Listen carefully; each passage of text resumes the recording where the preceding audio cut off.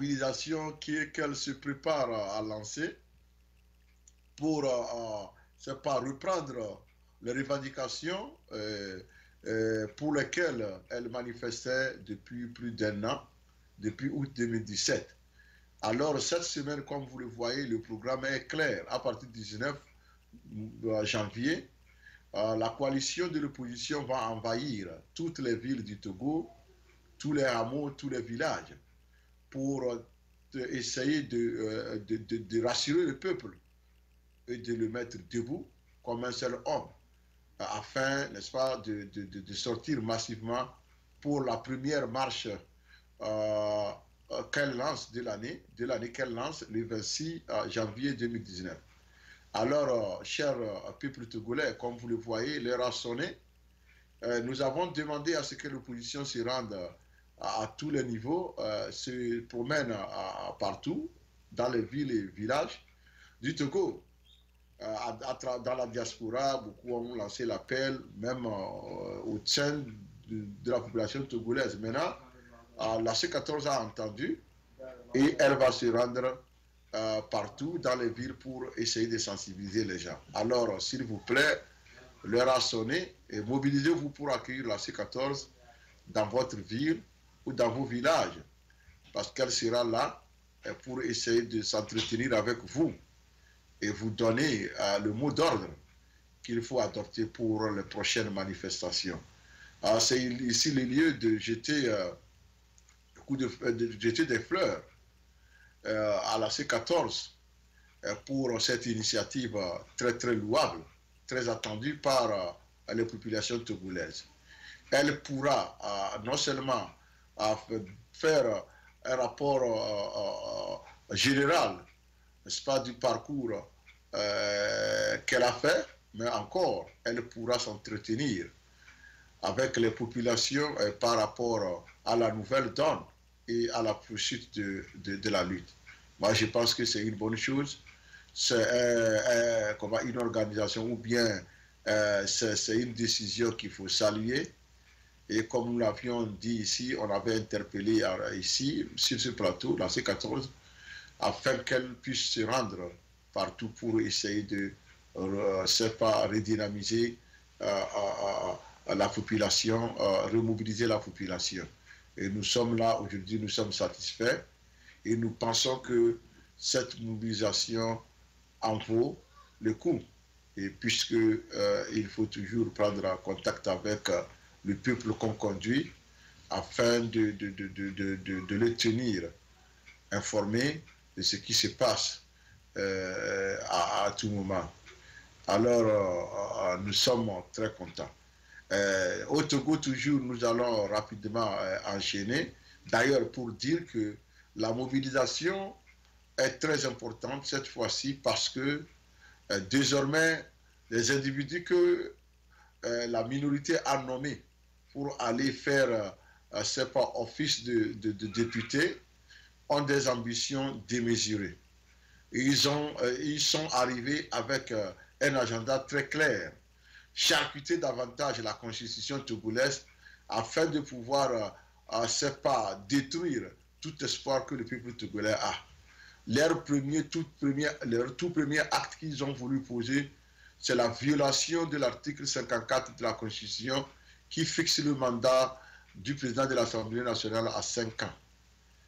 Ces députés véreux, ces nommés, comme ça par hasard, commencent par poser leur incompétence, n'est-ce pas, exposer leur tard à tout le monde entier. Heureusement que la Cour constitutionnelle a pu pour la première fois dans l'histoire du monde, n'est-ce pas, s'ériger en obstacle à cette tentative de charcutage à nouveau de l'article 54 de notre Constitution. Monsieur Aboudou Assouma et ses pairs ont dit trop c'est trop. On a tout avalé, mais ça là, c'est une pilule difficile à avaler. Donc ils ont pour le moment, n'est-ce pas, ralenti, ils ont ralenti les velléités, comment l'appelle-t-on, de violation de cet ensemble de nommés. Mais qui sait, si ces gens-là, dans les réformes qu'ils chantent vouloir mener, ils ne vont pas aussi charcuter cet article-là afin de ne plus permettre à la Cour constitutionnelle d'utiliser, n'est-ce pas, la Constitution pour le bloquer. Alors, en tout cas, nous dirons tout simplement wait and see. Peut-être que tous sont en train de jouer à la comédie, je ne sais pas, qui sait. Peut-être que tous sont en train de vouloir donner un semblant d'indépendance, qui sait. Mais ce qui est sûr, c'est que les gens, les députés là, ne sont pas en train de prendre cette initiative d'eux-mêmes.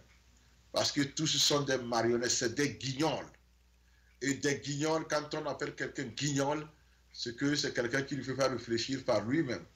Alors celui-là qui leur a soufflé l'idée là, serait encore là, il va dire, bon, laissez, faisons semblant comme si la Cour constitutionnelle marche bien et nous allons trouver un moyen pour revenir.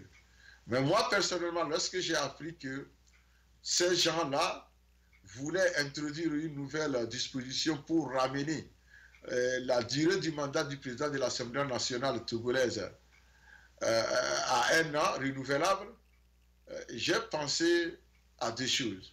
Soit ils ont envie, cette assemblée, pour donner un simulacre de, je sais pas, d'inclusion, soit ils sont en train de discuter avec l'UFC pour lui confier la présidence de l'Assemblée. Mais au même moment, ils ne sont pas en train de vouloir voir l'UFC conduire l'Assemblée pendant 5 ans. Donc ils vont la lui remettre et l'année prochaine, ils vont essayer de dire, bon, on va voter et ils vont la lever de là. En ce moment, ils ont déjà pu faire toutes les basses besognes qu'ils ont prévues.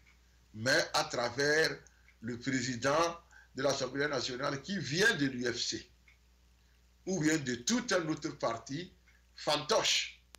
Alors, c'est la première réflexion que j'ai. La deuxième réflexion ou bien hypothèse, c'est que ces gens-là, puisque Faure a désormais 2 de ses frères là, deux de ses demi-frères là-bas. Et donc, il pourra peut-être laisser quelqu'un d'autre être président pour la première législature, disons pour la première année, et durant la deuxième année ou troisième, il va faire élire un de ses frères à l'Assemblée nationale, histoire de s'assurer une succession familiale, comme ce fut son cas propre à lui. C'est ici le lieu de dire au peuple togolais, si vous pensez que ces gens-là, parce que vous êtes magnanime ou patient, ces gens-là vont venir vous dire, bon, nous sommes fatigués du pouvoir, peuple togolais, prenez votre pouvoir et gérez, on va voir, vous vous trompez. La succession est déjà assurée. Tout est là. Désormais, c'est comme en Arabie Saoudite. On choisit son successeur bien avant de partir, histoire de tout faire pour que le successeur s'acclimate. S'acclimate d'abord avant de prendre le trône. Il va vraiment s'acclimater avant de prendre le trône. Alors, nous disons que si le peuple togolais dort, il ne se réveillera jamais. Et des jours, peut-être, ou par hasard, il va se réveiller, il trouvera un autre Nyasigwe en train d'assis sur le trône de la présidence. Ça, soyez-en sûrs. C'est pourquoi nous disons que d'ores et déjà, cette nouvelle remobilisation doit concerner tout le monde, que ce soit le peuple togolais de l'intérieur ou de la diaspora. La chance ne vous sourit pas 2 fois. Il faut saisir cette occasion pour pouvoir faire le plein, afin d'amener ces gens-là à réviser leur copie. Sinon, le Togo est parti pour des lendemains difficiles. Le Togo est parti pour vraiment des lendemains difficiles. Je ne sais pas pourquoi l'image d'Alpha Condé apparaît, mais je suis... oui, donc, il est vrai, il est impliqué dans la crise togolaise, mais depuis là, il s'est remercié, nous l'avons remercié. Nous ne voulons pas parler de lui quand il s'agit du Togo, parce qu'il s'est décrédibilisé et nous n'en voulons plus. Moi, je veux parler seulement du Togo et de comment les nouveaux nommer cet ensemble des gens qu'on a ramassés d'un peu partout pour venir servir, faire office d'assemblée après un simulacre, n'est-ce pas, des scrutins. Alors, j'ai dit que le peuple togolais doit être vigilant et nous tous, nous devons être vigilants pour déjouer toute forfaiture, n'est-ce pas, à l'égard du peuple togolais. Je vais m'arrêter ici pour cette rubrique et revenir pour le Sénégal surtout et le Congo. Merci.